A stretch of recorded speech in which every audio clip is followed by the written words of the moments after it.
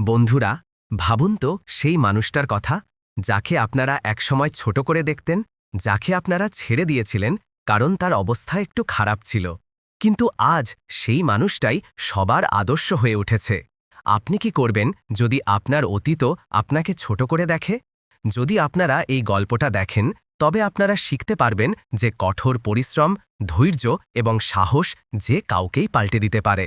ভিডিওটা শেষ পর্যন্ত অবশ্যই দেখুন এবং কমেন্টে জানান যে আপনার জীবনেও যদি এমন কেউ থেকে থাকে যে আপনাকে ছোট করে দেখেছিল, তাহলে আপনি কি করবেন।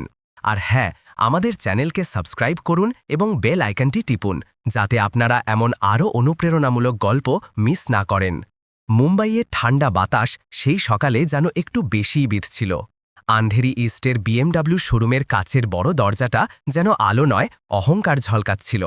সেই দরজাকে হালকা ধাক্কা দিয়ে ভেতরে প্রবেশ করল এক সাধারণ মানুষ। মাটির রঙের পাঞ্জাবি, ছেঁড়া স্যান্ডেল এবং মুখে এমন শান্তি যা সাধারণত ঝড়ের পরেই আসে। তার নাম ছিল রজত ভার্মা। শোরুমে দাঁড়ানো লোকেরা প্রথমে তার পোশাকের দিকে নজর দিল, তারপর তার উপস্থিতি নিয়ে প্রশ্ন তুলতে লাগল। কেউ হাসল, কেউ ভ্রু কুঁচকে বলল, হয়তো ভুল জায়গায় এসে গেছে।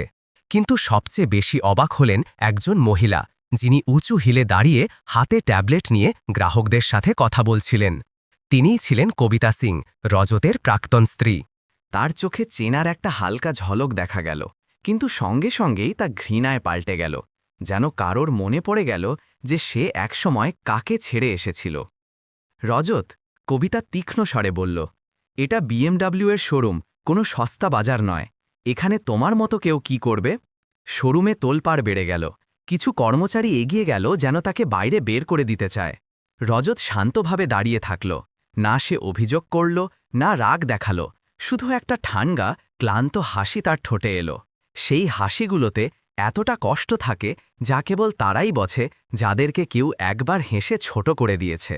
কেউ জানত না যে এই সাধারণ দেখতে মানুষটার গল্প আজ পুরো শোরুমকে নাড়িয়ে দিতে চলেছে এবং কবিতার জীবনকে চিরতরে বদলে দিতে চলেছে। বিএমডব্লিউ শোরুমের চকচকে সাদা আলো সেই সকালে একটু বেশি তীব্র লাগছিল। দামি গাড়িগুলোর মাঝে দাঁড়িয়ে রজত তার সাধারণ পাঞ্জাবি আর ছেঁড়া স্যান্ডেলে দুনিয়া থেকে একেবারে আলাদা লাগছিল। কিন্তু তার মুখে ছড়িয়ে থাকা শান্তি ছিল কোনো ঝড়ের পরের থমথমে বাতাসের মতো। কবিতা তাকে দেখেই ভ্রু কুঁচকে নিল। সে তীক্ষ্ণ স্বরে বলল, রজত, এই জায়গা তোমার জন্য নয়। তুমি এখানে গাড়ি দেখতে এসেছ নাকি রাস্তা ভুলে গেছ? তার শব্দ বেশি ছিল না, কিন্তু প্রতিটি অক্ষর বিঁধছিল। আশেপাশে দাঁড়ানো কর্মচারীরা চুপচাপ ছিল। কেউ প্রত্যক্ষে হাসল না, কিন্তু বাতাসে একটা টান টান উত্তেজনা ছিল, যেন সবাই অনুভব করছিল যে এই সাধারণ সাক্ষাৎটা সাধারণ হতে চলছে না। একজন সেলসম্যান এগিয়ে এলো। ম্যাডাম, চাইলে? কিন্তু কবিতা হাত তুলে তাকে থামিয়ে দিল এবং ঠান্ডা হাসির সাথে বলল, তুমি জানো তো রজত, এই জায়গা সেই সব লোকেদের জন্য যারা এখানকার হাওয়াও কিনতে পারে। তুমি এখানে কি করতে এসেছ? রজত তার দিকে তাকালো। না রাগ, না অভিযোগ, শুধু একটা ক্লান্ত, খুব শান্ত দৃষ্টি। শোরুমের তীব্র আলো তার মুখের ওপর এমনভাবে পড়ছিল যেন ধনী আর সরলতা এক মঞ্চে মুখোমুখি দাঁড়িয়ে আছে। কখনো কখনো একটা বাঁকা দৃষ্টিও মানুষকে বছরের পর বছর পিছনে নিয়ে যায়। রজতের চোখ পলকের জন্য ঝুঁকে গেল। সেই মুহূর্তেই অতীতের ভার আবার তার হৃদয় নেমে এলো। সেই ভাঙা ভাড়া বাড়ি, মাঝরাতে বন্ধ হয়ে যাওয়া পাখা আর কবিতার সেই আওয়াজ, আমি এই গরিবিতে বাঁচতে পারব না। কিন্তু আজ সেই সব কিছু কেবল স্মৃতি। রজত এখন আর সেই মানুষটা নেই। দূরে দাঁড়ানো সেলস কল অঞ্জলির নজর রজতের পকেটের ওপর পড়ল, যেখান থেকে একটা ফাইলের কোণা উঁকি মারছিল। যখন সে কাস্টমার ফর্ম দিতে কাছে এলো, সে মন দিয়ে দেখল এটা ছিল প্রপার্টি অ্যাকুইজিশন ডসিয়ার্স, যা সাধারণত বড় কোম্পানিগুলোতে ব্যবহৃত একটি নথি। অঞ্জলির শ্বাস হালকা আটকে গেল। সে অনুভব করল যে এই মানুষটা সাধারণ নয়, তার সরলতার পিছনে কিছু গভীর লুকিয়ে আছে। কবিতা আবার বলল, যদি তোমার কোনো সাহায্যের দরকার হয় তো বলো, কিন্তু এখানে গাড়ি কেনার কথা বলো না। এইবার রজত ধীরে ধীরে একটা শ্বাস নিল এবং শান্ত গলায় বলল, সাহায্য? সময় আমাকে অনেক কিছু শিখিয়েছে কবিতা, এখন কারো সাহায্যের দরকার নেই। এতটা বলতেই শোরুমে একেবারে নিস্তব্ধতা নেমে এলো। কেউই অনুমান করতে পারছিল না যে পরের কয়েক মুহূর্তে এখানকার বাতাস, এখানকার গল্প এবং কবিতার পুরো দুনিয়া চিরতরে পাল্টে যেতে চলেছে। বিএমডব্লিউ শোরুমের চকচকে আলোর মাঝে দাঁড়ানো রজতের চোখে হঠাৎ একটা পুরনো ছায়া নেমে এলো। কবিতার বাঁকা কথাগুলো ঘরে প্রতিধ্বনিত হচ্ছিল, কিন্তু রজত এখন আর সেগুলো শুনছিল না। তার স্মৃতিগুলো ধীরে ধীরে তাকে সেই দিনগুলোর দিকে নিয়ে যাচ্ছিল, যখন জীবন কোনো ভারী বোঝার মতো তার কাঁধে চেপে বসেছিল। সেটা ছিল সেই সময় যখন সে আর কবিতা একটা ছোট ভাড়া বাড়িতে থাকত। সংগ্রামময় জীবন, কম সম্পদ আর অনেক আশা। কবিতার মুখে সবসময় একটা অস্থিরতা থাকত, যেন তার জীবনে যা দরকার ছিল তা তার হাত থেকে পিছলে যাচ্ছিল। এক সন্ধ্যায় সে দরজায় দাঁড়িয়ে খুব স্পষ্ট গলায় বলল, রজত, আমি আমার ভবিষ্যৎ এইভাবে দেখতে পারছি না, আমি আলাদা হতে চাই। এটা একটা বাক্য ছিল, কিন্তু রজতের গভীরে গিয়ে বিঁধল। সে সেই রাতে জীবনকে কোনো প্রশ্ন করল না, শুধু চুপচাপ সম্পর্কটাকে সেখানেই ছেড়ে দিল যেখানে কবিতা সেটা শেষ করেছিল। বিবাহ বিচ্ছেদের পর মাসখানেক ধরে রজত কোনো মেশিনের মতো বাঁচতে থাকল, কাজ, ক্লান্তি আর নীরবতা। কিন্তু ভাগ্য কখনো কখনো অদ্ভুত মোড় নেয়। এক সন্ধ্যায় ক্লান্ত হয়ে সে আন্ধেরি স্টেশনের কাছে চা খেতে থামল। সেখানে একজন বয়স্ক লটারি বিক্রেতা বসেছিল। বৃদ্ধ হেসে বলল, বাবা, শেষ টিকিট আছে, নিয়ে নাও, কি জানি ভাগ্য পাল্টে যেতে পারে।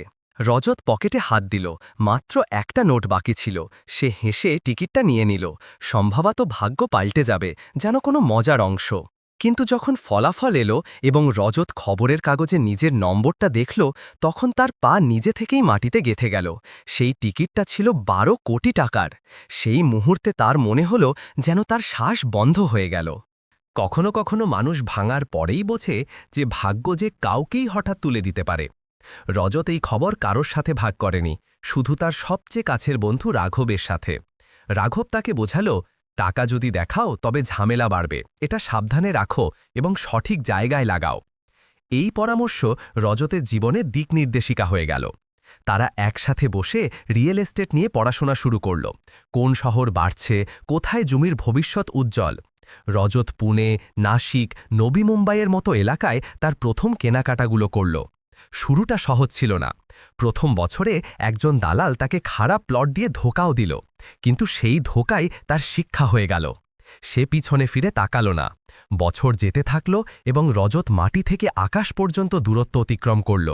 সে কোটি কোটি টাকার মালিক হয়ে গেল, কিন্তু তার পোশাক, তার আচার আচরণ তখনও খুব সাধারণ ছিল, যেন সে দুনিয়াকে জানাতে চায় যে আসল মূল্য মানুষের যাত্রায় থাকে, তার চাকচিক্যে নয়।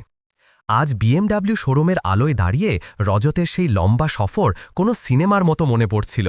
ফাটলে ভরা অতীত আর ঝলমলে বর্তমানের মাঝে দাঁড়িয়ে সে একেবারে শান্ত ছিল। হয়তো এই কারণেই যে সে নিজেকে প্রমাণ করে দিয়েছিল। আর কবিতা শুধু সেটাই দেখতে পেয়েছিল যা চোখ দিয়ে দেখা যায়, বাস্তবতা সে কখনো বুঝতেই পারেনি। এখন বাতাসে একটা অদ্ভুত নীরবতা ছড়িয়ে পড়ল। রজতের চোখে হালকা হাসি দেখা গেল। গল্পটা এখন তার ছিল এবং মোড়টা সে নিজেই লিখতে যাচ্ছিল। বিএমডব্লিউ শোরুমের চকচকে আলোয় দাঁড়ানো রজত সেই মুহূর্তে একেবারে অন্যরকম এক আভা নিয়ে লাগছিল। তার সাধারণ পোশাকের সরলতা আর মুখের শান্ত স্থিরতা কবিতাকে যতটা বিরক্ত করছিল, ততটাই সে সময়টাকে বুঝতে পারছিল না। সে একটা কৃত্রিম আত্মবিশ্বাসের সাথে বলল, রজত, যদি তোমার কিছু জিজ্ঞেস করার থাকে তো তাড়াতাড়ি জিজ্ঞেস করো, নয়তো এখানে দাঁড়িয়ে থাকার কোনো মানে হয় না। এই জায়গাটা তোমার দুনিয়া থেকে একটু আলাদা। তার গলায় আগের মতো বিঁধলেও এইবার তার ভেতরের হালকা ঘাবড়ানিও স্পষ্ট অনুভূত হচ্ছিল। রজত শুধু তাকে দেখতে থাকল। সেই দৃষ্টিতে না ছিল প্রশ্ন, না ছিল অভিযোগ, কিন্তু সেই ভার ছিল যা কোনো মানুষ চুপচাপ সফল হওয়ার পর আসে। আশেপাশে দাঁড়ানো কর্মচারীরাও এখন রজতকে কেবল একজন সাধারণ মানুষ হিসেবে দেখছিল না। তার নীরবতা তাদের মধ্যে এক ধরনের কৌতূহল জাগাচ্ছিল। অঞ্জলি, যে এতক্ষণ দূরে দাঁড়িয়ে সবকিছু দেখছিল, ধীরে ধীরে এগিয়ে এলো। তার এখনও মনে ছিল যে রজতের পকেট থেকে উঁকি মারা ফাইলটার উপর প্রপার্টি অ্যাকুইজিশনের মতো কিছু লেখা ছিল, যা কোনো সাধারণ গ্রাহকের কাছে থাকে না। এই ভেবেই তার মনে হলো যে হয়তো এই মানুষটার পোশাক তার আসল পরিচয় নয়। কবিতা পরিবেশটাকে নিজের পক্ষে রাখার চেষ্টা করল এবং বলল, রজত, যদি তুমি শুধু দেখতে এসে থাকো তো ঠিক আছে, কিন্তু সময় নষ্ট করো না।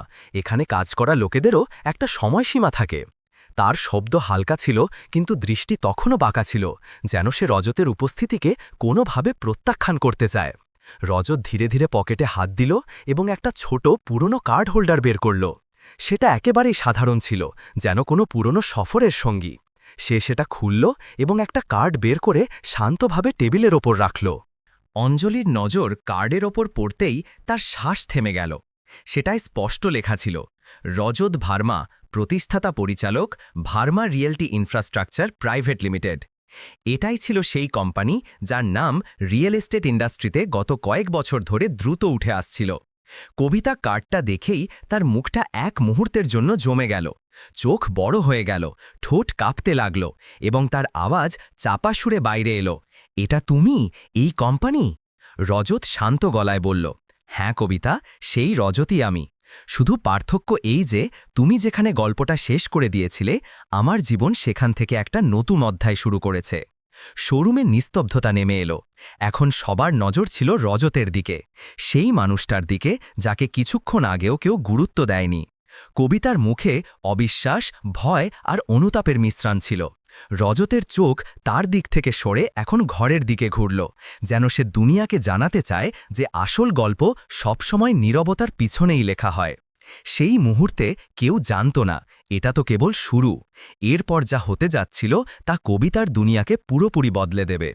শোরুমের বাতাস হঠাৎ পাল্টে গেল, যেন কেউ অদৃশ্য পর্দা সরিয়ে দিয়েছে এবং সবার চোখের সামনে একটা নতুন সত্য ভেসে উঠেছে। রজতের ভিজিটিং কার্ড তখনও টেবিলের ওপর রাখা ছিল, কিন্তু তার প্রভাব কবিতার মুখে স্পষ্ট দেখা যাচ্ছিল। যে আত্মবিশ্বাস কিছুক্ষণ আগে তার হাঁটার ভঙ্গিতে ছিল, তা এখন তার পা থেকে উধাও হয়ে গেছে। তার চোখ রজতের দিকে উঠল, কিন্তু সেগুলোতে এখন আর ঘৃণা নয়, একটা অজানা ভয় ভেসে বেড়াচ্ছিল। রজত শান্তভাবে দাঁড়িয়ে রইল। তার সাধারণ পোশাকের পিছনের গাম্ভীর্য এখন কারোর কাছেই সাধারণ লাগছিল না। কবিতা অবশেষে সাহস জুগিয়ে জিজ্ঞাসা করল, রজত, এইসব তুমি কিভাবে? কিন্তু তার নিজের শব্দই তার গলায় হারিয়ে গেল। রজত সরাসরি তার দিকে নয়, বরং পুরো ঘরের দিকে তাকাল, যেন এই মুহূর্তটা তার জন্য কোনো জয়ের প্রদর্শন নয়, বরং একটা পুরনো গল্পকে শান্তভাবে শেষ করার মতো। সে ধীরে ধীরে বলল, কখনো কখনো মানুষ সেখানে পৌঁছে যায় যেখানে সে নিজেকে কখনো দেখেও নি, কিন্তু পথটা সেই দেখায় যে হার মানতে অস্বীকার করে। তার আওয়াজ ভারী ছিল না, বরং নরম এবং সত্যি ছিল। কবিটা তার কথা শুনে যেন কিছু বলতে চাইছিল, কিন্তু তার ঠোঁট শুধু হালকা কাঁপল। রজত তখন ম্যানেজারের দিকে তাকালো এবং বলল, আমাকে কিছু মডেল দেখতে হবে। আমার টিমের নতুন প্রজেক্টের জন্য গাড়ি দরকার, আজই ডিল ফাইনাল করতে হবে। এই শুনে ম্যানেজারের চোখে সম্মানের ঝলক দেখা গেল, কিন্তু সে বেশি প্রতিক্রিয়া দেখাতে পারল না, শুধু সঙ্গে সঙ্গে ফাইলগুলো নিয়ে আসার ইশারা করল। পরিবেশ এখন আর নাটকীয়তা নয়, বরং কোনো বড় চুক্তির অপেক্ষার মতো হয়ে গেল। কবিতা এসব দেখছিল। কিছুক্ষণ সে চুপ থাকল, তারপর ধীরে ধীরে বলল, রজত, আমার যদি কখনো কথা বলতে চাও তো। তার আওয়াজ ভাঙা ছিল না, কিন্তু তাতে এমন একটা খালি ভাব ছিল যা রজত খুব ভালোভাবে চিনত। সেই খালি ভাব যা তখন জন্ম নেয় যখন মানুষ নিজের করা ভুলটার ভার নিজে অনুভব করে। রজত তার দিকে এক মুহূর্ত তাকাল। তাতে না ছিল রাগ, না ছিল টিটকারি, শুধু একটা দূরত্ব। সেই দূরত্ব যা সময় তৈরি করে এবং যাকে কোনো সম্পর্ক পার করতে পারে না। সে বলল, কবিতা, কথা তখনই হয় যখন দুজন এক জায়গায় দাঁড়িয়ে থাকে। তুমি আমাকে তখন দেখোনি যখন আমি কিছু হওয়ার চেষ্টা করছিলাম, আর এখন আমি সেখানে আছি যেখানে আমার কোনো সাফাইয়ের দরকার নেই। এই বলতে বলতে তার আওয়াজ আরও শান্ত হয়ে গেল। এই শান্তি কবিতার হৃদয়ে কোনো ধারালো আঘাতের মতো নেমে এলো। সে চোখ নামিয়ে নিল, কারণ এখন প্রথমবারের মতো সে বুঝতে পারল যে অনুতাপ সবসময় চোখের জল দিয়ে হয় না, বরং সেই নীরব মুহূর্তগুলো দিয়েও হয় যেখানে মানুষ নিজের চিন্তার কাছে হেরে যায়। রজত ম্যানেজারকে বলল, চলুন গাড়ি দেখান, আমার সময় নষ্ট করার নেই। এবং সে ধীরে হাসল। সেই হাসি কোনো জয়ের ছিল না, বরং এমন একজন ব্যক্তির ছিল যে নিজের গল্প নিজে লিখেছে এবং এখন সেটাকে গৌরবের সাথে এগিয়ে নিয়ে যাচ্ছে। কবিতা সেখানেই দাঁড়িয়ে রইল। তার আশেপাশের চাকচিক্য এখন এতটা ঝাপসা লাগছিল যে সে নিজেকেই চিনতে পারছিল না। ঘরে এখন শুধু একটা কথাই পরিষ্কারভাবে অনুভূত হচ্ছিল, রজতের যাত্রার সবচেয়ে গুরুত্বপূর্ণ মুহূর্ত এই মাত্রে শুরু হতে চলেছিল। বিএমডব্লিউ শোরুমে নিস্তব্ধতা আরও গভীর হচ্ছিল। নথিপত্রের আওয়াজ থেমে গিয়েছিল এবং রজতের 3টি গাড়ি এখন তার কোম্পানির নামে নথিভুক্ত হয়ে গিয়েছিল। ঘরের পরিবেশ পাল্টে গিয়েছিল, যেন সবার চোখে রজতের ভাবমূর্তি হঠাৎ কোনো উঁচু পাহাড়ের মতো ফুটে উঠেছে। সে খালি টেবিল ছেড়ে এগিয়ে যেতেই কবিতা ইতস্তত করে পা বাড়াল। তার মুখটা এমন এক সত্যের মুখোমুখি লাগছিল যার ভার সে কখনো ভাবেনি। কিছুক্ষণ সে রজতকে দেখতে থাকল, যেন তার চোখ কোনো না বলা উত্তরের খোঁজ করছিল। কিন্তু সেই শান্ত মুখে না কোনো অভিযোগ দেখা গেল, না কোনো উষ্ণতা। অবশেষে সে ধীর, ভাঙা গলায় বলল, রজত, আমরা কি শুধু কিছুক্ষণ কথা বলতে পারি? একজন মানুষ হিসাবে, অতীত হিসাবে নয়, কোনো আশা নিয়েও নয়। তার শব্দ হালকা ছিল, কিন্তু তাতে একটা অদ্ভুত কাঁপুনি ছিল, এমন কাঁপুনি যা অনুতাপ নয়, বরং হঠাৎ সত্যের মুখোমুখি হওয়া জন্ম দেয়। রজত কয়েক মুহূর্ত চুপ থাকল। সে তাকে গভীর থেকে দেখছিল, কিন্তু তার চোখে সেই ভাব ছিল না যা সে কখনো কবিতাকে দিত। সে বলল, বলুন, কিন্তু খেয়াল রাখবেন, আজ যা কথা হবে তা আমার জীবনকে পাল্টাবে না। আমি শুধু শুনতে পারি, ফিরে যেতে পারি না। কবিতার শ্বাস যেন আটকে গেল। সে নিজেকে সামলে নিয়ে বলল, রজত, তুমি যখন এইমাত্র পেমেন্ট করলে, যখন সবাই তোমাকে এই দৃষ্টিতে দেখল, সেই মুহূর্তে আমার মনে হলো যে হয়তো আমি তোমাকে কখনো বুঝতেই পারিনি। আর আজ তোমাকে দেখে এমন মনে হচ্ছে যে আমি সেই মানুষটাকে হারিয়ে ফেলেছি যাকে আমি কখনো চিনতেও পারিনি। তার শব্দে অনুতাপ ছিল না, এটা ছিল একটা সামাজিক স্বীকারোক্তি, এমন স্বীকারোক্তি যা মানুষ তখন করে যখন সত্য তার সামনে পুরোপুরি খুলে যায় এবং সে নিজেকে কোনো আয়নায় মুখোশহীন দেখে নেয়। রজতের দৃষ্টি নরম হল না। সে শান্ত স্বরে বলল, কবিতা, জীবনে প্রত্যেককে একটা মোড় নিতে হয়, যেখানে সে ঠিক করে যে কার পাশে দাঁড়াতে হবে। তুমি ভুল সময়ে ভুল সিদ্ধান্ত নিয়েছিলে। এখন আমি কেবল কাজ নিয়ে কথা বলতে চাই। BMW শোরুমের কাচের দরজা পিছনে বন্ধ হতেই রজত এক মুহূর্ত থেমে বাইরের বাতাস অনুভব করল। ভেতরের ভারী, ভাবনায় ভরা পরিবেশটা যেন হঠাৎ পিছনে রয়ে গেল এবং বাইরের হালকা বাতাস তার কাঁধের ওপরের বোঝা টেনে দূরে নিয়ে যাচ্ছিল। তার চোখে কোনো জয়ের চমক ছিল না, না কোনো আফসোস, শুধু সেই ক্লান্তি ছিল যা কোনো লম্বা অধ্যায় শেষ হওয়ার পর অনুভূত হয়। তখনই একটা সাদা এসইউভি তার সামনে এসে ধীরে ধীরে থামল। দরজা খুলল এবং বাইরে নামল তার বিশ্বস্ত সঙ্গী রাঘব। তার হাসি হালকা ছিল, কিন্তু তাতে কোনো ঠাট্টা নয়, বরং একটা বোঝার ইঙ্গিত ছিল যা কেবল পুরনো বন্ধুরাই পড়তে পারে। সে রজতের কাছে এসে বলল, মনে হচ্ছে তুই আজ এমন কিছু পিছনে ফেলে এলি যা তুই অনেক আগেই ছেড়ে দিতে চেয়েছিলি। রজত হালকা হাসির সাথে মাথা নাড়ল। হ্যাঁ রাঘব, সে শান্ত স্বরে বলল, কখনো কখনো সবচেয়ে বড় বোঝা মানুষের অতীত হয় না, বরং সেই আশাগুলো হয় যা সে নিজের ওপর চাপিয়ে দিয়েছিল। আজ সেগুলোর মধ্যে একটা আশার হিসাব শেষ হল। রাঘব তার চোখে তাকিয়ে বলল, আমি জানতাম রজত, এই দিনটা আসতেই হবে, কিন্তু তুই এটা যেভাবে সামলালি তা দেখে সত্যি ভালো লাগল। কারোর দিকে আঙুল না তুলেই, কাউকে ছোট না করেই তুই শুধু নিজের জায়গাটা ফিরে নিলি, এটাই পরিপক্কতা। রজত গভীর শ্বাস নিয়ে আকাশের দিকে তাকাল। সন্ধ্যার আলো বিল্ডিংগুলোর কাছে পড়ে ঝলমল করছিল, যেন শহর নিজেই কোনো নতুন শুরুর ইঙ্গিত দিচ্ছিল। তুই জানিস রাঘব, সে ধীরে ধীরে বলল, লোকেরা ভাবে যে সবচেয়ে বড় জয় হল যখন দুনিয়া পাল্টে যায়, কিন্তু আমার মনে হয় যে সবচেয়ে বড় জয় তখনই মেলে যখন মানুষ নিজেকে পাল্টে যেতে দেখে। আজ আমি সেটাই অনুভব করছি। কবিতাকে দেখে দুঃখ হল না, শুধু এটা বুঝলাম যে যদি কেউ আপনাকে আপনার দুর্বলতাগুলোর থেকে বেশি কিছু দেখার চেষ্টাই না করে, তবে সেই সম্পর্কের শেষ হওয়াটাই ঠিক। রাঘব তার কাঁধে হাত রাখল। এবং এখন তুই এগিয়ে যেতে পারিস, কোনো পুরনো ছায়া ছাড়াই। দুজন গাড়ির দিকে এগিয়ে গেল।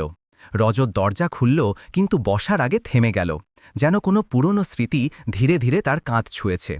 কিন্তু এইবার সেই স্মৃতি তাকে পিছনে টানছিল না, সেটা শুধু একটা গল্প হয়ে মনে বয়ে যাচ্ছিল, ব্যথা ছাড়া, বোঝা ছাড়া।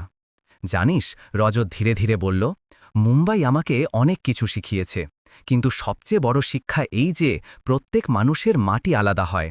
কেউ গভীর জল থেকে আসে, কেউ উঁচু ঘর থেকে, কিন্তু আসল পার্থক্য তার শুরুটা নয়, তার সিদ্ধান্তগুলোতে হয়।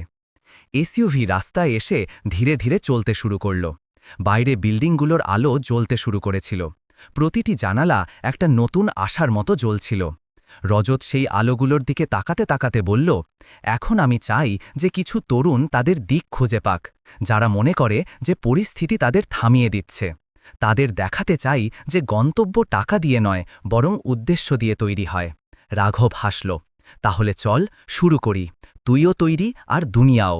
এবং গাড়িটা এগিয়ে চলল। পিছনে কোথাও শোরুমের আলো ঝাপসা হয়ে মিলিয়ে গেল, যেন রজতের জীবনের পুরনো অধ্যায়টা অবশেষে শান্ত হয়ে দরজা বন্ধ করে দিয়েছে। এসইউভি মুম্বাইয়ের সন্ধ্যার আলোয় ধীরে ধীরে এগিয়ে যাচ্ছিল, এবং প্রতিটি মোড়ের সাথে রজতের মনে কিছু পুরনো স্মৃতি খুলে যাচ্ছিল। কিন্তু এইবার সেই স্মৃতিগুলো ব্যথা দিচ্ছিল না, শুধু এই অনুভব করাচ্ছিল যে কোনো লম্বা যাত্রার গভীরতা কতটা নীরবে তৈরি হয়। সে জানালার বাইরে তাকাতে তাকাতে বলল, রাঘব, লোকেরা আজ আমার গল্পের শেষ পাতাটা দেখছে, কিন্তু কেউ জানে না যে শুরুটা কেমন ছিল। সেই শুরুটা গরিবেরও ছিল না, একাকিত্বেরও না, বরং এমন একটা নীরবতার ছিল যার ভেতরে আমি নিজেকেও শুনতে পেতাম না। রাঘব আগ্রহ নিয়ে তার দিকে তাকালো। রজত ধীরে ধীরে বলছিল, যেন প্রতিটি শব্দ কোনো ফাটল ধরা অতীতকে ছুঁয়ে আসছে। বিচ্ছেদের পর আমি অনেক রাত এমনভাবে কাটিয়েছি রাঘব, যেখানে ঘর খালি থাকত না, কিন্তু আমি নিজেই খালি অনুভব করতাম। টাকার অভাব তো ছিলই, কিন্তু তার চেয়ে বড় ভয় ছিল যে আমি কোথাও নিজেকে হারিয়ে না ফেলি। এক রাতে আমি মেরিন ড্রাইভে বসেছিলাম। ঢেউগুলো তীরে ধাক্কা মারছিল, আর প্রতিটি ঢেউ এমনভাবে ফিরে যাচ্ছিল যেন জীবন আমাকে ইঙ্গিত দিচ্ছিল যে মানুষ যখন পড়ে যায় তখন সে শেষ হয়ে যায় না, শুধু তাকে নতুন রাস্তা বেছে নিতে হয়। সেই রাতেই এক বয়স্ক মানুষ আমার পাশে এসে বসলেন। তিনি জিজ্ঞাসা করলেন, কি বাবা, রাস্তা ভুলে গেছ নাকি? আমি হাসতেও পারলাম না, শুধু বললাম, সাহস হারিয়ে ফেলেছি। রাঘব হালকা ঝুঁকে শুনতে থাকল। রজতের গলা গভীর হয়ে গেল। সেই বৃদ্ধ আমার হাতে নিজের হাত রাখলেন এবং বললেন, জীবন কখনো কাউকে খালি হাতে ছাড়ে না, হয় অভিজ্ঞতা দেয়, নয়তো দিশা। কিন্তু তুমি দুটোই নিতে প্রস্তুত ন বলে মনে হচ্ছে। আমি চমকে গেলাম। কোনো অচেনা মানুষ আমার ভেতরে সেই কথাটা দেখে ফেলেছিলেন যা আমি নিজের থেকেও লুকিয়ে রাখছিলাম। তিনি আমাকে একটা ছোট ডায়েরি দিলেন, বললেন, যা কিছু শিখবে লিখতে থাকবে, কাল কার কাজে লাগে কে জানে।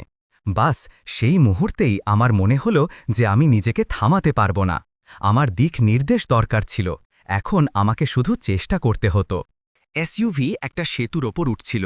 নিচে শহরের আলো নদীর ওপর লম্বা রেখার মতো ভাসছিল। রজতের পর বলল, পরের দিনই আমি খবরের কাগজে রিয়েল এস্টেট ইন্টার্নশিপের একটা বিজ্ঞাপন দেখলাম। এটা আমার জন্য শুধু একটা চাকরি ছিল না, এটা ছিল সেই মোড় যেখানে আমাকে ঠিক করতে হতো যে আমি আমার গল্পটা কোথায় মোড় দিচ্ছি। ইন্টারভিউতে যখন তারা জিজ্ঞেস করল যে অভিজ্ঞতা কি, তখন আমি চুপ করে গেলাম। তারপর আমি বললাম, অভিজ্ঞতা নয়, বোঝার এবং শেখার ইচ্ছা আছে। হয়তো সেই কথাটা কারোর মন ছুঁয়ে গেল। আমি সুযোগ পেলাম, এবং সেই মাসে আমি যতটা শিখেছিলাম হয়তো পুরো জীবনেও শিখিনি। রাঘবের চোখে গর্ব ঝলমল করে উঠল, কিন্তু সে চুপ থাকল, কারণ রজত কথা বলার সময় কোনো পুরনো গভীর দরজা খুলছিল। প্রথম ক্লায়েন্ট পেলাম, এক বয়স্ক দম্পতি যাদের ঘর নয়, শান্তি দরকার ছিল। আমি চুক্তি করালাম, কমিশন কম ছিল, কিন্তু সেই দিন প্রথমবারের মতো মনে হলো যে আমি কারোর জীবনে পরিবর্তন আনতে পারি। সেই অনুভূতিটা আমার ভেতরে বীজের মতো গেঁথে গেল। এরপর প্রতিদিন আমি লিখলাম, কোন ক্লায়েন্ট কি চায়, কোন ভুলটা পুনরাবৃত্তি করা যাবে না। আমার কাছে টাকা ছিল না, কিন্তু সেই ডায়েরিটা ছিল, আর সেটাই আমার শক্তি হয়ে গেল। সে হাসল, একটা গভীর সন্তুষ্টির হাসি। ৮ বছরের সফরে অনেক কিছু ভেঙে গিয়েছিল রাঘব, সম্পর্ক, আশা এবং কখনো কখনো নিজের ওপর বিশ্বাসও।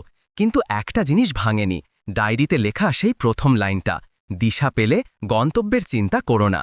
সেই লাইনটাই আজও আমার অফিসের দেওয়ালে টাঙানো আছে।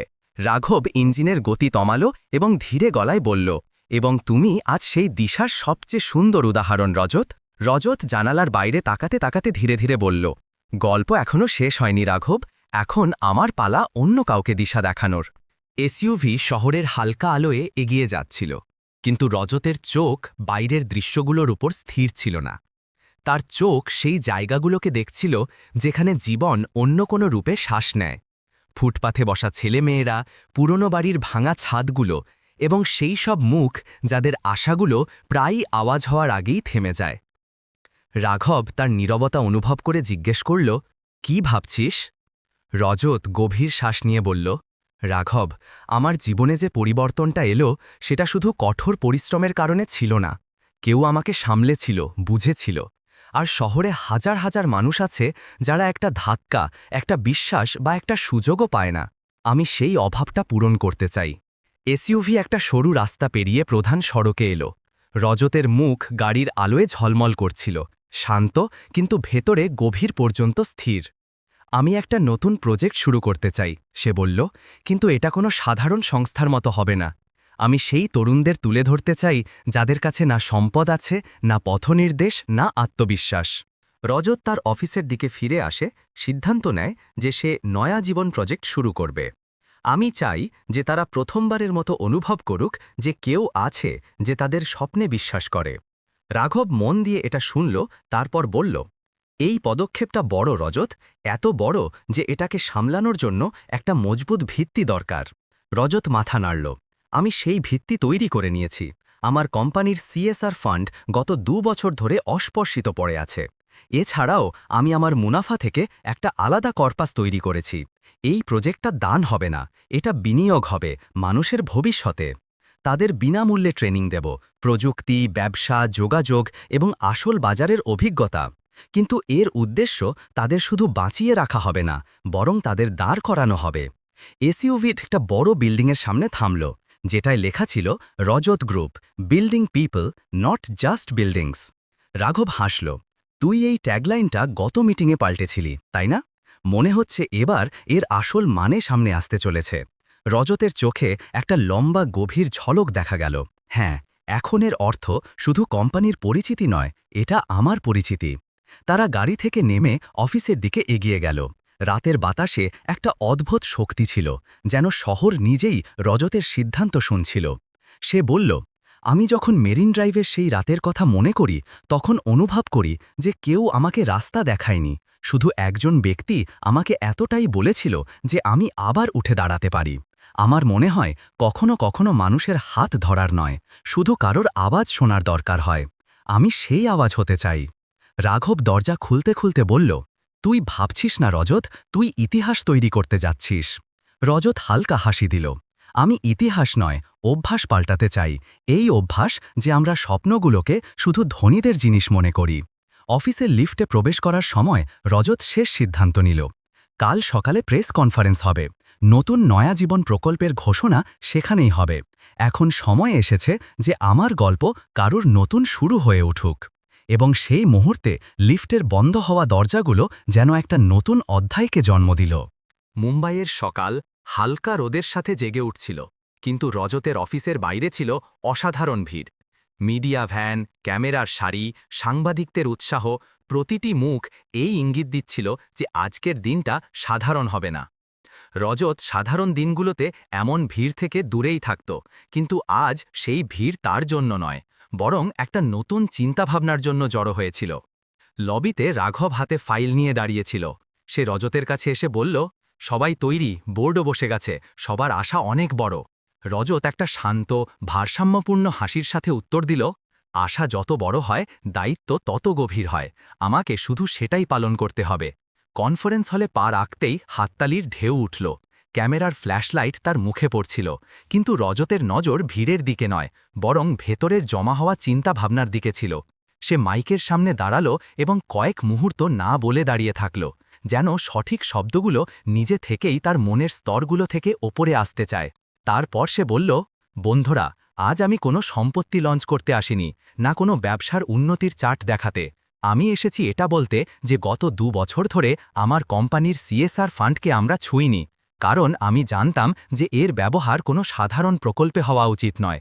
এটা সঠিক উদ্দেশ্যের অপেক্ষায় ছিল, আর আজ সেই উদ্দেশ্য তৈরি, নয়া জীবন প্রকল্প।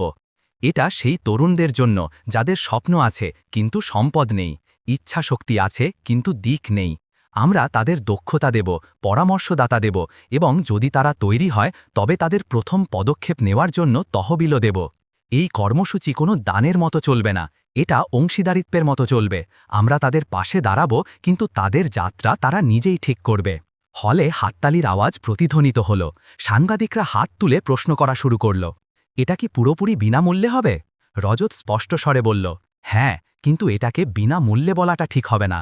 এটা একটা বিনিয়োগ মানুষের ভেতরের লুকিয়ে থাকা সামর্থ্যে। আমরা ভবিষ্যৎ গড়তে চাই, শুধু বিল্ডিং নয়। অনেক সাংবাদিকের মুখে সম্মান ঝলমল করে উঠল। সোশ্যাল মিডিয়ায় লাইভ সম্প্রচারের কমেন্ট দ্রুত বাড়ছিল, আসল অনুপ্রেরণা, তরুণদের জন্য বড় পদক্ষেপ। কনফারেন্স শেষ হওয়ার পর রাঘব রজতের কাঁধে হাত রাখল এবং বলল, তুই শুধু একটা প্রজেক্ট শুরু করিসনি রজত, তুই একটা আন্দোলন শুরু করেছিস। রজত শুধু হালকা হাসির সাথে এগিয়ে গেল, যেন সে জানে যে এই শুরুটা এখনও আরও বড় রূপে খুলতে চলেছে। ঠিক সেই সময়ে শহরের একটা শান্ত অ্যাপার্টমেন্টে কবিতা সকালের কফি নিয়ে টিভির সামনে বসেছিল। তার চোখ আধ বোঝা ছিল, যেন সে কেবলই দিন শুরু করতে যাচ্ছিল। কিন্তু স্ক্রিনে হেডলাইন ভেসে উঠল। রজত ভার্মা ঘোষণা করলেন বিশাল সামাজিক উত্থান প্রকল্প। কফির কাপ তার হাতে থেমে গেল। সে রিমোট নিয়ে আওয়াজ বাড়িয়ে দিল। টিভিতে রজতকে দেখা যাচ্ছিল, আত্মবিশ্বাসী কিন্তু শান্ত, মহান কিন্তু বিনয়ী। তার কথায় এমন পরিপক্কতা ছিল যা সে হয়তো কখনো জানতেই পারেনি। সে ধীরে ধীরে ফিসফিস করে বলল, এটাই সেই রজত যাকে আমি বুঝতেই পারিনি। টিভি স্ক্রিনে রজত বলছিল, প্রত্যেক যুবকের সুযোগ পাওয়া উচিত। কারোর শুরু যেখানেই হোক না কেন, তার গন্তব্য সেটাই হয় যেখানে তার সাহস তাকে নিয়ে যায়। তার এই কথা প্রতিধ্বনিত হল, কিন্তু এটা কবিতার বুকের গভীরে আরও গভীরে নেমে গেল। এমন মনে হল যেন কোনো পুরনো দরজা জোরে তার ভেতরে খুলে গেল, সেই দরজা যা সে বছর কয়েক আগে নিজেই বন্ধ করে দিয়েছিল। আর শহরের অন্য প্রান্তে কবিতা সোফায় বসে রইল, চুপ, স্তব্ধ, এবং সেই সত্যের সাথে লড়তে লড়তে যা সে কখনো স্বীকার করতে পারেনি। রজত আজ শুধু সফল ছিল না, সে একটা ভাবনা হয়ে উঠেছিল, এমন একটা ভাবনা যার মূল্য সে কখনো দেয়নি। মুম্বাইয়ের সেই দুপুরে বাতাসটা একটু ঠান্ডা ছিল, কিন্তু কবিতার ভেতরে অস্থিরতার আগুন জ্বলছিল। আগের দিনের প্রেস কনফারেন্স দেখার পর সারা রাত সে ছটপাট করেছিল। স্ক্রিনে দেখা রজত শান্ত, সুশৃঙ্খল এবং কোনোভাবে আগের চেয়ে অনেক বেশি উঁচু বারবার তার চোখের সামনে ঘুরছিল। সকাল হতে হতে সে একটা সিদ্ধান্ত নিল, আমাকে তার সাথে দেখা করতে হবে। সে ধীরে ধীরে বলল, যেন নিজেকেই বোঝাচ্ছিল যে এটাই শেষ সুযোগ। দুপুরে সে রজতের অফিসে পৌঁছাল। তার ভেতরের উত্থান পতন যেন তার মুঠি থেকে পিছলে যাচ্ছিল। রিসেপশনে সে ধীরে গলায় বলল, আমি রজত ভার্মার সাথে দেখা করতে চাই। গার্ড ওপরে ফোন করল এবং কিছুক্ষণ পর তাকে ভেতরে যাওয়ার অনুমতি দেয়া হল। হয়তো ভাগ্য চাইছিল যে এই সাক্ষাৎটা এবার পূর্ণ হোক। রজত কনফারেন্স টেবিলে বসে পরের প্রজেক্টের এনজিও টিমের জন্য নথিপত্র শেষবারের মতো দেখছিল। তার দিনটা ব্যস্ত ছিল, কিন্তু মুখটা শান্ত ছিল, যেন সে প্রতিটি দায়িত্বকে কোনো তাড়াহুড়ো ছাড়াই পালন করতে শিখে গেছে। দরজায় টোকা পড়ল। সে বলল, ভেতরে আসুন। এবং যেই কবিতা দরজা খুলে ভেতরে এলো, ঘরের পরিবেশ পাল্টে গেল। রজত মাথা তুলল। তার চোখে কোনো তীক্ষ্ণতা ছিল না, শুধু সময়ের তৈরি একটা দূরত্ব ছিল। কবিতা, তুমি? তার স্বরে অবাক হওয়া ছিল না, শুধু একটা বিনয়ী আনুষ্ঠানিকতা ছিল। কবিতা চেয়ারে বসতে বসতে বলল, রজত, আমার তোমার সাথে কথা বলতে হবে, শুধু কয়েক মিনিট। তার হাত কাঁপছিল। সে শ্বাস নিয়ে বলল, কাল যখন আমি তোমাকে টিভিতে দেখলাম, তখন প্রথমবারের মতো মনে হলো যে হয়তো আমি আমার জীবনে সবচেয়ে বড় ভুলটা করেছি। আমি তোমাকে কখনো বুঝতেই পারিনি, না তোমার নীরবতাকে, না তোমার সংগ্রামকে। তার গলা ভরে এলো। রজত শান্ত থাকল, না সে ব্যথা দেখালো, না কোনো অভিযোগ, যেন সময় সেই ক্ষতগুলোকে পুরোপুরি নিরাময় করে দিয়েছে। কবিতা এগিয়ে বলল, আমরা কি আবার চেষ্টা করতে পারি? হয়তো আজ আমরা দুজনই আগের চেয়ে ভালো বুঝি। রজত ধীরে ধীরে হাত তুলে তাকে থামাল। তার আওয়াজ গভীর কিন্তু অত্যন্ত শান্ত ছিল। কবিতা, অতীতের কিছু পাতা পড়ার জন্য হয়, আবার লেখার জন্য নয়। তুমি যে পথ বেছে নিয়েছিলে সেটা আমাদের মধ্যে অনেক কিছু পাল্টে দিয়েছে, এবং এই পরিবর্তন এখন ফিরিয়ে নেওয়া সম্ভব নয়।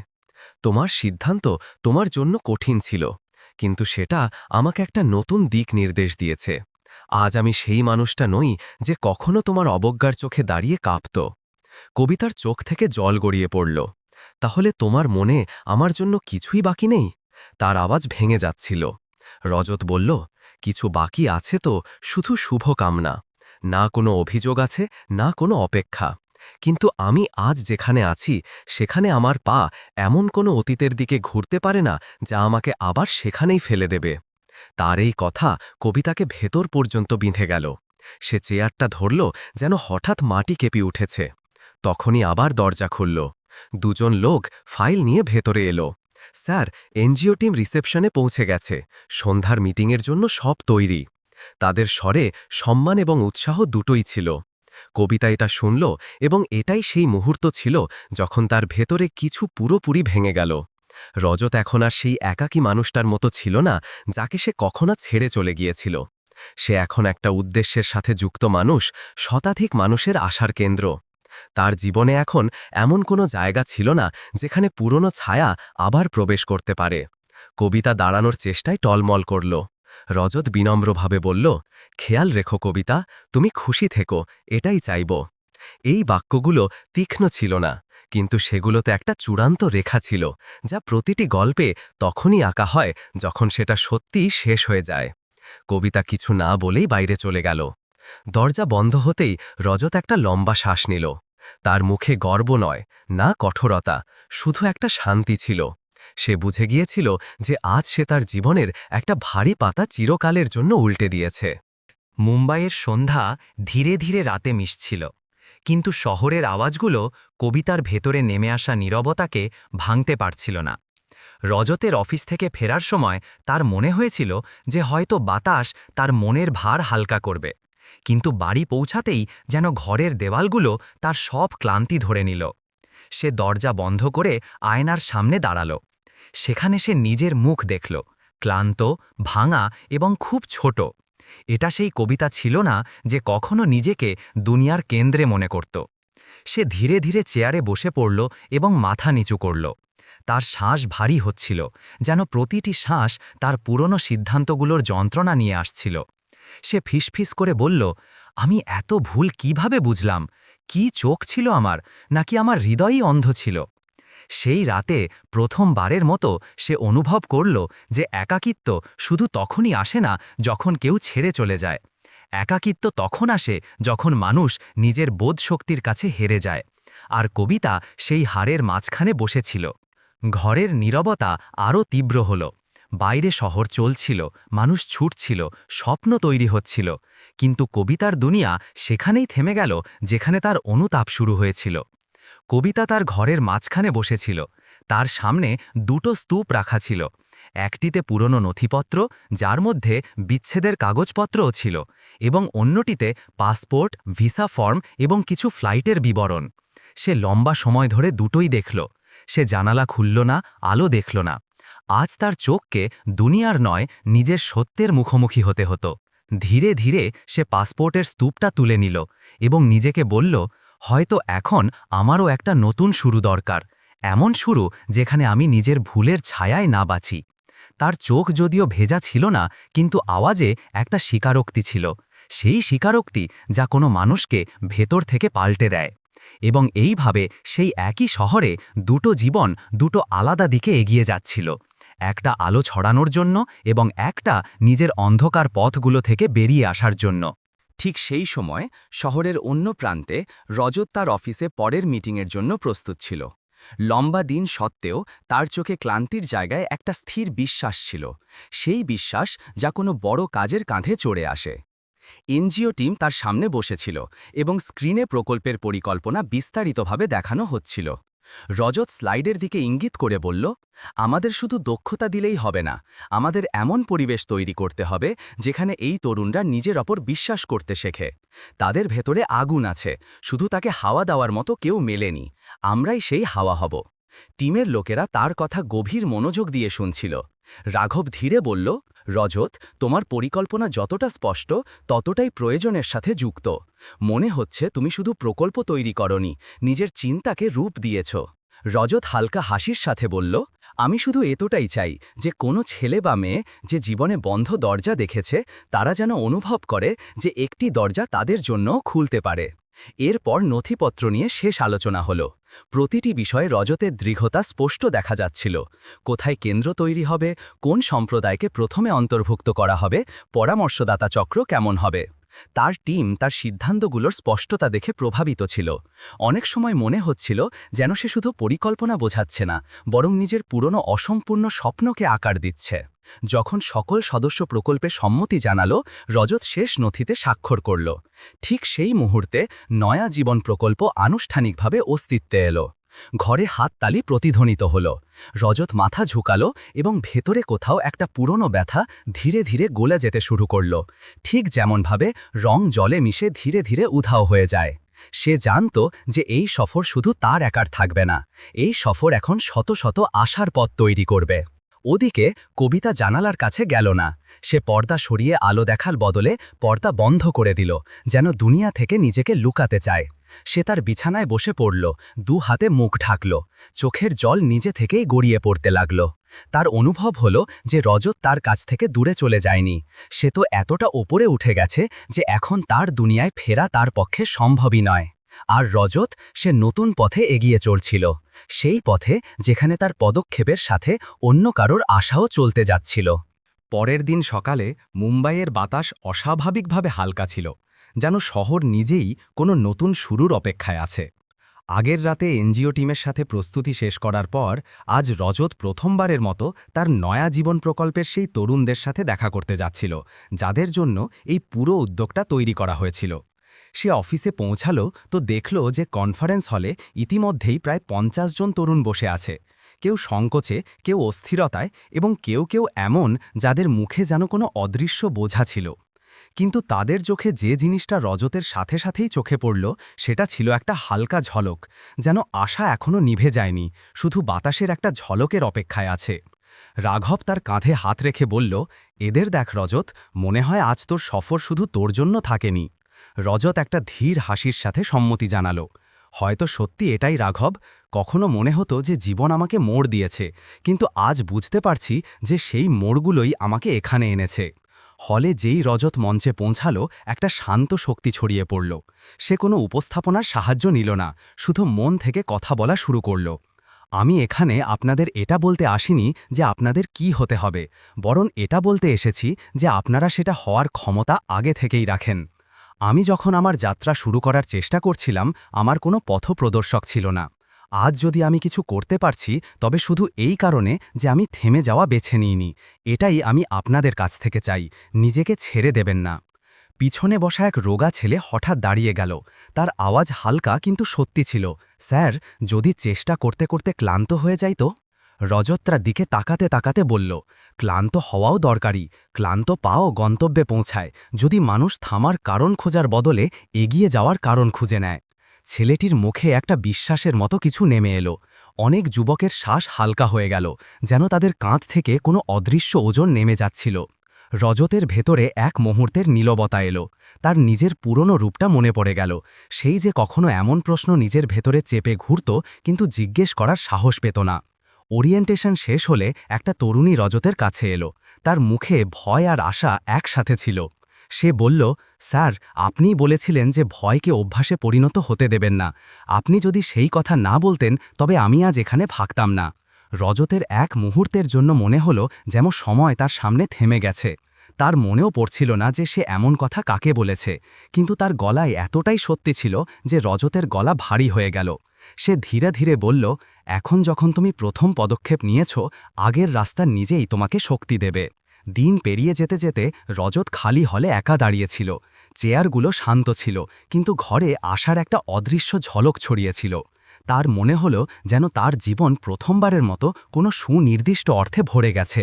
সে নিজেকে বলল, হয়তো এটাই সেই জায়গা যেখানে আমাকে সব সময় পৌঁছাতে হতো। সেই দিন মুম্বাইয়ের সকাল অস্বাভাবিকভাবে শান্ত ছিল। কয়েক মাস পর নয়া জীবন প্রকল্প এখন আর শুধু একটা ভাবনা ছিল না, সেটা অনেক তরুণের জীবনে প্রথম আলো হয়ে উঠেছিল। রজত তার অফিসে পৌঁছে সোজা সেই হলের দিকে গেল যেখানে আজ প্রথম ব্যাচের অগ্রগতি দেখানো হবে। হলে পা রাখতেই তার দেওয়ালে লাগানো ছবিগুলো চোখে পড়ল। কেউ নিজের ছোট অনলাইন স্টোর শুরু করেছে, কেউ দক্ষতা ট্রেনিং শেষ করেছে এবং কেউ কেউ নিজের পরিবারের প্রথম উপার্জিত অর্থ ঘরে এনে দেখিয়েছে। রজত সেই ছবিগুলোর সামনে থেমে গেল। তার চোখে কোনো ভেজা ভাব ছিল না, কিন্তু ভেতরে একটা শান্তির স্তর নেমে আসছিল। সেই শান্তি যা তখনই মেলে যখন মানুষের সংগ্রাম অন্য কারোর পথ সহজ করে দেয়। অনুষ্ঠান শুরু হলো। মঞ্চে সেই রোগা ছেলেটি এলো যে ওরিয়েন্টেশন ডেতে ভয়ে ভয়ে জিজ্ঞেস করেছিল, যদি আমি ব্যর্থ হয়ে যাই তো? আজ তার হাতে নিজের প্রথম ছোট ব্যবসার ফাইল ছিল। সে দর্শকদের দিকে তাকাতে তাকাতে বলল, স্যার বলেছিলেন যে ক্লান্ত হওয়া খারাপ নয়, থেমে যাওয়া খারাপ। হয়তো আমি ক্লান্ত হয়েছি, কিন্তু থামিনি। সেই কারণেই আজ এখানে দাঁড়িয়ে আছি। রজত এটা শুনল এবং তার হৃদয়ে একটা হালকা কাঁপুনি উঠল। সে অনুভব করল যে জীবনের সমস্ত আঘাত, সমস্ত ধাক্কা হয়তো এই মুহূর্তেরই প্রস্তুতি ছিল। অনুষ্ঠানের পর রাঘব তার কাছে এলো। তোকে দেখে মনে হয় রজত, মানুষের আসল ঘর সেটাই হয় যেখানে সে অন্যের পথ আলোকিত করে। রজত হেসে বলল, যদি কারোর ধাক্কাগুলো কম হয়ে যায় তবে সেটাকেই আমি আমার জয় মনে করি। বাকি সব তো সময়ের সাথে ঝাপসা হয়েই যায়। ওদিকে রজত হলঘরের আলো বন্ধ করার আগে শেষবারের মতো সেই চেয়ারগুলোর দিকে তাকালো যেখানে কখনো ভয়, আশা এবং ইতস্তত ভাব বসে থাকত। এখন সেই চেয়ারগুলো খালি ছিল, কিন্তু সেগুলোতে আজও সেই তরুণদের স্বপ্নের প্রতিধ্বনি বাকি ছিল। সে ধীরে ধীরে বলল, ধন্যবাদ জীবন, তুই আমাকে ভাঙলিও আবার কারোর জন্য অবলম্বন হওয়ার যোগ্যও করলি। এবং এইভাবে দুটো জীবন দুটো আলাদা পথে এগিয়ে গেল, একটা অনুতাপকে ছেড়ে নতুন শুরুর দিকে এবং অন্যটা অন্যদের ভবিষ্যৎ উজ্জ্বল করার দিকে। ঠিক সেই সময় শহরের অন্য প্রান্তে কবিতা এয়ারপোর্টগামী ট্যাক্সিতে বসেছিল। তার কোলে পাসপোর্ট, টিকিট এবং কিছু কাগজপত্র ছিল। সে জানালা দিয়ে বাইরে দেখছিল না, যেন শহরকে শেষবারের মতো দেখার দরকার নেই। তার চোখে জল ছিল না, কিন্তু আওয়াজে একটা পরিপক্কতা ছিল। সে ভাবল, আমি রজতকে দেরিতে বুঝেছি, কিন্তু হয়তো নিজেকে এখন বুঝতে পারছি। ট্যাক্সি একটা মোড় পেরিয়ে গেল এবং দূরে রজতের কোম্পানির বিল্ডিংটা দেখা গেল। কবিতার নজর কয়েক পল স্থির হয়ে রইল। তারপর সে ধীরে ধীরে অন্যদিকে তাকাল। কোনো তিক্ততা ছিল না, শুধু এই উপলব্ধি যে কিছু সম্পর্ক শুরু হতেই তাদের শেষের দিকে এগোতে শুরু করে, এবং কিছু মানুষ এতটা উচ্চতায় চলে যায় যে তাদের শুধু মনেই করা যেতে পারে। এয়ারপোর্টে নামার সময় সে একটা গভীর শ্বাস নিল। মুম্বাই তার পিছনে পড়ে যাচ্ছিল, কিন্তু কোনো বোঝার মতো নয়, যেন কোনো পুরনো অধ্যায় যাকে অবশেষে বন্ধ করার সময় এসে গেছে। সে মনে মনে রজতের জন্য প্রার্থনা করল, তুমি যেমনই থেকো এভাবেই মানুষের মনে আলো জ্বালাতে থেকো। কিন্তু দুজনেই একটা কথা শেষবারের মতো বুঝে নিয়েছিল, অহংকার সম্পর্ককে ভেঙে দেয় এবং ধৈর্য, পরিশ্রম এবং সততা মানুষকে সেখানেই পৌঁছে দেয় যেখানে তার হৃদয়ে সত্যিই পৌঁছাতে চায়। গল্পটা আপনাদের কাছে শুধু এই প্রশ্ন করে শেষ হয়, আপনারা নিজেদের জয় কোথায় খুঁজবেন? কাউকে জবাব দেওয়ার মধ্যে, নাকি নিজেকে নতুন করে গড়ে তোলার মধ্যে? যদি এই গল্প আপনার হৃদয়ে পৌঁছে থাকে তবে আপনার ভাবনা অবশ্যই ভাগ করে নেবেন। আপনার একটা টিপ অন্য কারোর জীবনে নতুন শুরুর আলো হয়ে উঠতে পারে। এই জীবনে কোনো মানুষের সবচেয়ে বড় ক্ষতি গরিবী বা ব্যর্থতা থেকে নয়, বরং নিজের এবং অন্যের মূল্যকে ভুলভাবে বিচার করার থেকে হয়। রজত এবং কবিতার গল্প আমাদের একটা কঠিন কিন্তু প্রয়োজনীয় শিক্ষা দেয়। কখনো কাউকে কেবল বর্তমান পরিস্থিতি দেখে বিচার করবেন না, কারণ সময় যে কোনো মানুষের ভাগ্য পাল্টে দিতে পারে। অনেক লোক আজ সংগ্রাম করছে, হেরে যাওয়া মনে হয়, কিন্তু তাদের ভেতরে একটা অদৃশ্য আগুন জ্বলছে যা কোনোদিন আলো হয়ে উঠতে পারে। যদি আমরা কেবল তাদের বর্তমান দুর্বলতা দেখি তবে আমরা কেবল তাদের প্রতিভাকেই হারাবো না, বরং একটা উজ্জ্বল ভবিষ্যৎকেও উপেক্ষা করব। এবং এটাও সবসময় মনে রাখবেন যে গর্ব এবং অহংকার যে কোনো সম্পর্ককে দুর্বল করে দেয়। সম্পর্ক বিশ্বাস এবং পাশে থাকার ওপর টেকে, ধন সম্পদ, অবস্থান বা প্রতিপত্তির ওপর নয়। একটি ভুল সিদ্ধান্ত বা তাড়াহুড়ো করে নেওয়া সিদ্ধান্ত বছরের পর বছর ধরে চলা সত্যিকারের অংশীদারিত্বকে নষ্ট করতে পারে। রজতের সফলতা কাউকে আঘাত করার জন্য ছিল না, বরং এটা দেখানোর জন্য ছিল যে ধৈর্য, সততা এবং সাহস রাখা মানুষ শেষ পর্যন্ত জেতে। কবিতার অনুতাপ এটা শেখায় যে যদি আমরা সময় থাকতে বুঝি এবং সম্মান দেই তবে হারানো সুযোগ এবং সম্পর্কগুলো বাঁচানো যেতে পারে। সেই কারণেই যদি আপনি কোনো সংগ্রামী মানুষের পাশে থাকেন, ধৈর্য রাখুন। যদি আপনি নিজের পথে থাকেন, দয়ালু এবং সহানুভূতিশীল হন। আর যদি আপনি ক্লান্ত হয়ে থাকেন, মনে রাখবেন যে কারোর শুরুটা তাদের সংজ্ঞায়িত করে না, বরং তাদের চেষ্টা এবং স্থিরতাই তাদের মহান করে তোলে। জীবনের সবচেয়ে বড় শিক্ষা এটাই, কাউকে ছোট করে দেখবেন না, অহংকারকে স্থান দেবেন না এবং পরিশ্রম, ধৈর্য ও ভালোর পথে সব সময় চলুন।